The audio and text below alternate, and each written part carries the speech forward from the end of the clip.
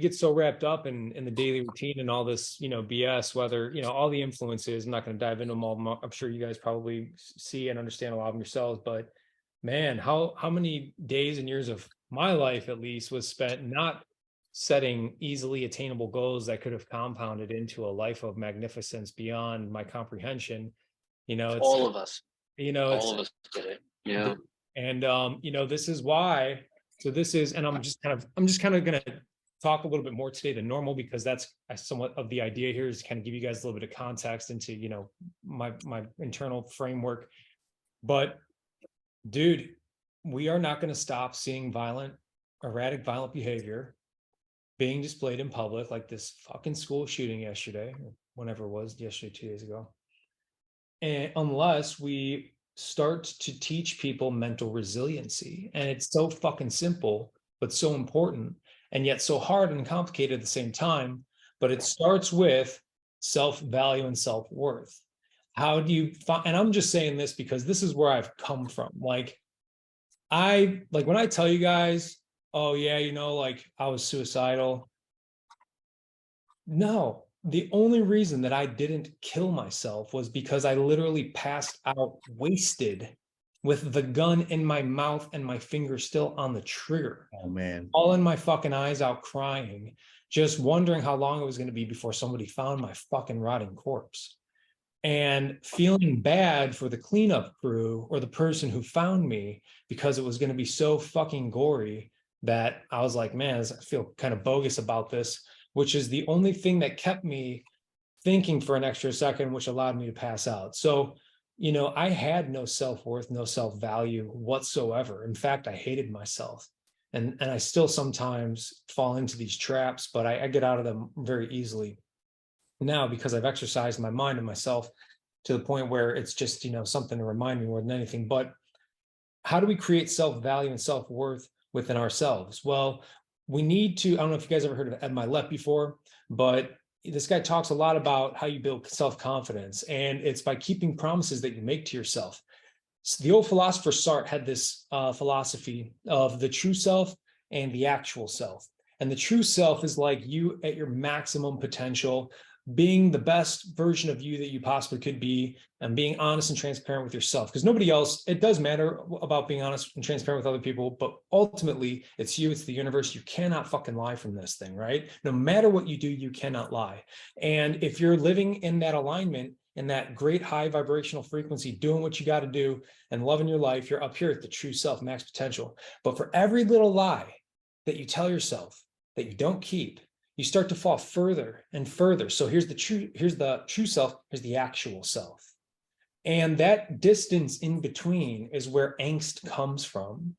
And angst is a really good umbrella term for just everything: depression, anxiety, anger, all that stuff, whether it's directed towards you or other people. So how do we start to get ourselves back in alignment and as close as possible to the true self? Well, it starts by just recognizing it, first of all, and then curving that behavioral pattern by making small, simple promises to ourselves. So like, for example, I just use getting up at 6 o'clock as a hypotheticals, easy sample, right? 2 + 2, basically.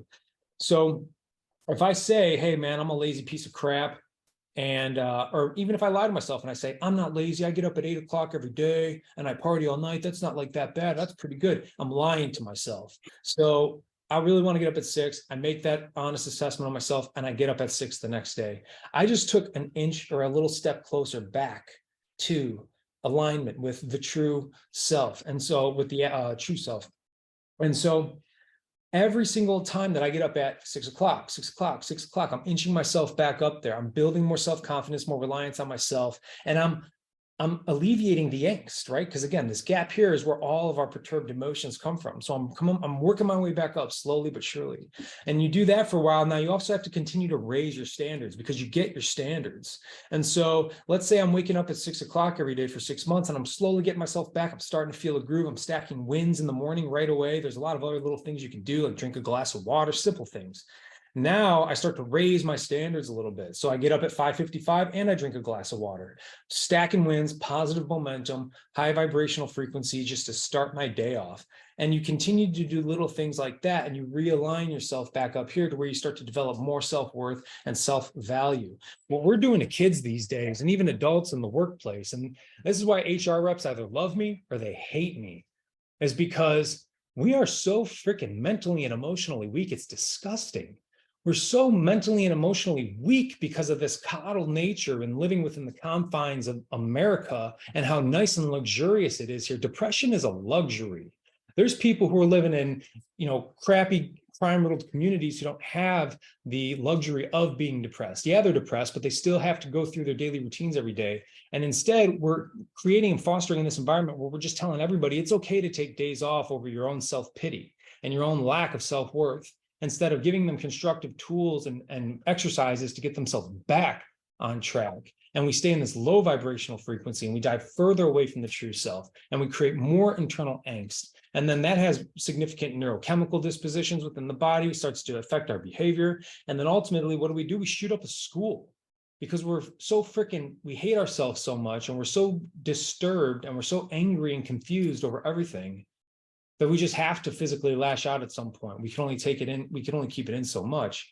And, coddling the workplace, creating these facade safe spaces, not allowing people the ability to communicate with one another and develop appreciation for one another and serve one another, because you cannot be in a negative vibrational frequency when you're in acts of service and gratitude towards other people. That's why it always feels so good.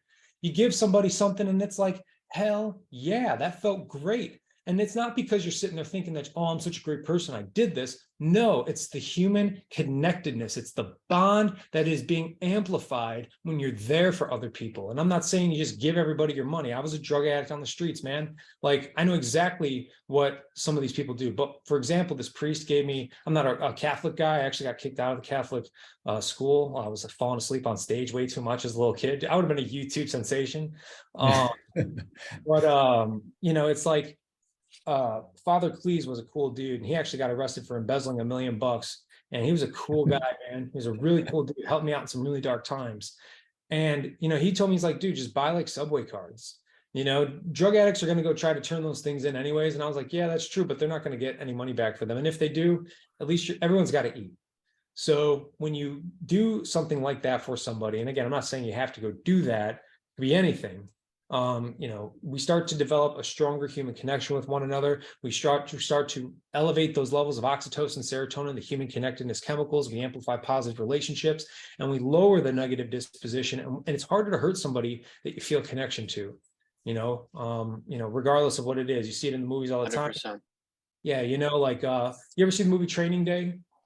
Yeah. Yeah, Denzel. Yeah, so when the Ethan Hawke gets out and he stops those guys from raping that chick, ends up saving his life. It's those types of experiences and stories and connection examples that we need to just start propagating and pushing this. And you can infuse it in a violence prevention theme, right? Like, you come into a workplace, you do some training, let's build our mental resiliency. Let's help people develop these small goals to come in alignment with themselves. And let's develop appreciation and connection with one another through leadership, communication, servitude. It's the only way, man. It's the only way.